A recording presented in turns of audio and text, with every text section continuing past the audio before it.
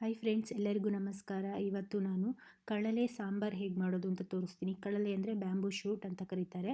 ಇದ್ರದ್ದು ಆಲ್ರೆಡಿ ನಾನು ಒಂದು ರೆಸಿಪಿ ಮಾಡಿದ್ದೀನಿ, ಕಳಲೆ ರೊಟ್ಟಿ ಹೇಗೆ ಮಾಡೋದು ಅಂತ. ನೋಡಿಲ್ಲ ಅಂದರೆ ಕೆಳಗಡೆ ಡಿಸ್ಕ್ರಿಪ್ಷನಲ್ಲಿ ಲಿಂಕ್ ಕೊಟ್ಟಿರ್ತೀನಿ, ಹೋಗಿ ಚೆಕ್ ಮಾಡ್ಬೋದು. ಹಾಗೆ ಕಳಲೆನ ಹೇಗೆ ಯೂಸ್ ಮಾಡಬೇಕು ಅಂತ ಕೂಡ ಆ ವಿಡಿಯೋದಲ್ಲಿ ತಿಳಿಸಿದ್ದೀನಿ. ನೀವು ಆ ವಿಡಿಯೋ ನೋಡಿಕೊಂಡು ಈ ವಿಡಿಯೋ ನೋಡಿದರೆ ನಿಮಗೆ ಸಾಂಬಾರು ಮಾಡೋದಕ್ಕೆ ಈಸಿ ಆಗುತ್ತೆ.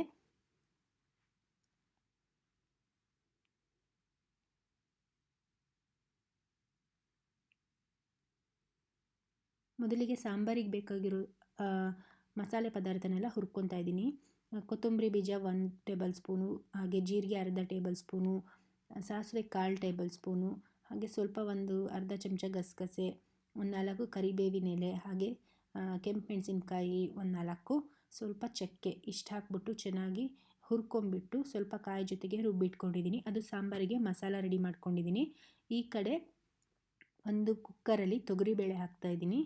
ಒಂದು 1/4 ಕಪ್ ಆಗುವಷ್ಟು ತೊಗರಿಬೇಳೆ. ಅದಕ್ಕೆ ಎಷ್ಟು ಬೇಯೋದಕ್ಕೆ ಎಷ್ಟು ಬೇಕೋ ಅಷ್ಟು ನೀರು.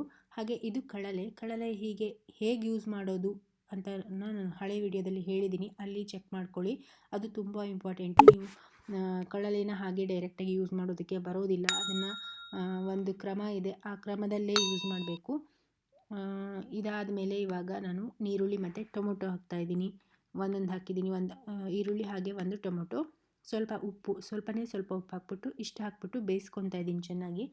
ಚೆನ್ನಾಗಿ ಬೇಳೆ ಎಲ್ಲ ಬೇಯೋ ಥರ ಬೇಯಿಸ್ಕೊಬೇಕು. ಒಂದು 3 to 4 ವಿಸಿಲ್ ಹಾಕ್ಸ್ಕೊಂಡು ಬೇಯಿಸ್ಕೊಬೇಕು. ಇವಾಗ ಇದು ಆಗಿದೆ ನೋಡಿ, ಚೆನ್ನಾಗಿ ಬೆಂದಿದೆ. ಇಷ್ಟು ಬೆಂದರೆ ಸಾಕಾಗುತ್ತೆ.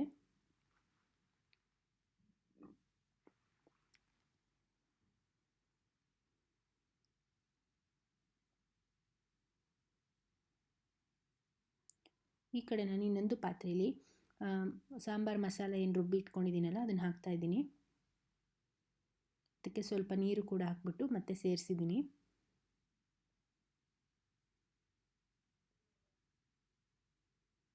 ಇವಾಗ ಇದಕ್ಕೆ ನಾವೇನು ಬೇಳೆ ಮತ್ತು ಕಡಲೆ, ಈರುಳ್ಳಿ, ಟೊಮೊಟೊ ಬೇಯಿಸಿಟ್ಕೊಂಡಿದ್ದೀವಲ್ಲ ಅದನ್ನು ಹಾಕ್ತಾಯಿದ್ದೀನಿ.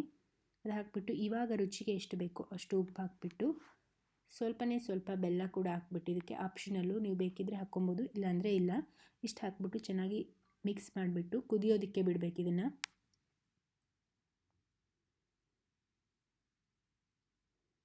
ಸ್ವಲ್ಪ ದಪ್ಪ ಅನಿಸಿದರೆ ಸ್ವಲ್ಪ ನೀರು ಹಾಕ್ಕೊತಾ ಇದ್ದೀನಿ. ನೀವು ನೋಡ್ಕೊಂಬಿಟ್ಟು ಕನ್ಸಿಸ್ಟೆನ್ಸಿ ಅಡ್ಜಸ್ಟ್ ಮಾಡ್ಕೊಬೋದು, ನಿಮಗೆ ಹೇಗೆ ಬೇಕೋ ಹಾಗೆ. ನಾನು ಇಲ್ಲಿ ಸ್ವಲ್ಪ ನೀರು ಹಾಕಿದ್ದೀನಿ.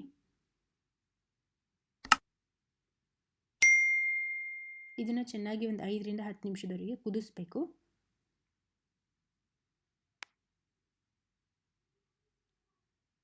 ಇದು ತುಂಬ ರುಚಿಯಾಗಿರುತ್ತೆ. ಮಳೆಗಾಲದ ಟೈಮಲ್ಲಿ ಬಿಸಿ ಬಿಸಿ ಅನ್ನದ ಜೊತೆಗೆ ಹಾಕ್ಕೊಂಡು ತಿನ್ನೋದಕ್ಕೆ ತುಂಬ ರುಚಿಯಾಗಿ ಕೂಡ ಇರುತ್ತೆ. ಯಾಕಂದರೆ ಇದು ಕಳಲೆ ಮಳೆಗಾಲದ ಸೀಸನಲ್ಲಿ ಅಷ್ಟೇ ಸಿಗೋದು. ಹಾಗಾಗಿ ಇದನ್ನು ಹೆಚ್ಚಾಗಿ ಸಾಮಾನ್ಯವಾಗಿ ಮಳೆಗಾಲದಲ್ಲಿ ಮಾತ್ರ ಮಾಡ್ತಾರೆ. ನೋಡಿ, ಇದು ಇವಾಗ ಕುದ್ದಿದೆ.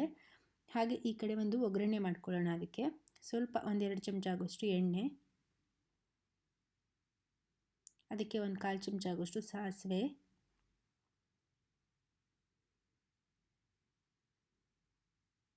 2 ಒಣಮೆಣಸು, ಕೆಂಪು ಮೆಣಸು,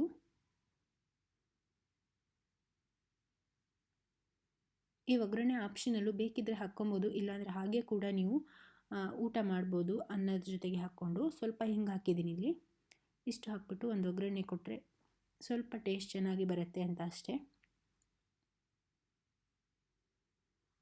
ನೋಡಿ, ಇದು ಚೆನ್ನಾಗಿ ಕುದ್ದಿದೆ. ಈ ಥರ ಕುದಿ ಬರಬೇಕು. ಇವಾಗ ಕುದ್ದು ರೆಡಿಯಾಗಿದೆ. ಇದಕ್ಕೆ ಲಾಸ್ಟಲ್ಲಿ ಸ್ಟವ್ ಆಫ್ ಮಾಡಿಬಿಟ್ಟು ಆಮೇಲೆ ಒಗ್ಗರಣೆ ಹಾಕಿದರೆ ಆಯಿತು ಅಷ್ಟೇ.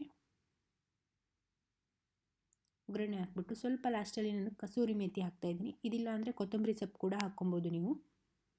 ಇಷ್ಟು ಹಾಕ್ಬಿಟ್ಟು ಚೆನ್ನಾಗಿ ಮಿಕ್ಸ್ ಮಾಡಿದರೆ ಬಿಸಿ ಬಿಸಿಯಾದ ಕಡಲೆ ಹುಳಿ ಅಥವಾ ಸಾಂಬಾರ್ ರೆಡಿ ಆಗುತ್ತೆ. ಇದು ಬಿಸಿ ಬಿಸಿ ಅನ್ನದ ಜೊತೆಗೆ ತುಂಬ ಚೆನ್ನಾಗಿರುತ್ತೆ. ನಿಮ್ಗೆ ಏನಾದರೂ ಕಡಲೆ ಸಿಕ್ತು ಅಂದರೆ ಖಂಡಿತವಾಗಿಯೂ ಟ್ರೈ ಮಾಡಿ ನೋಡಿ, ತುಂಬ ರುಚಿಯಾಗಿರುತ್ತೆ.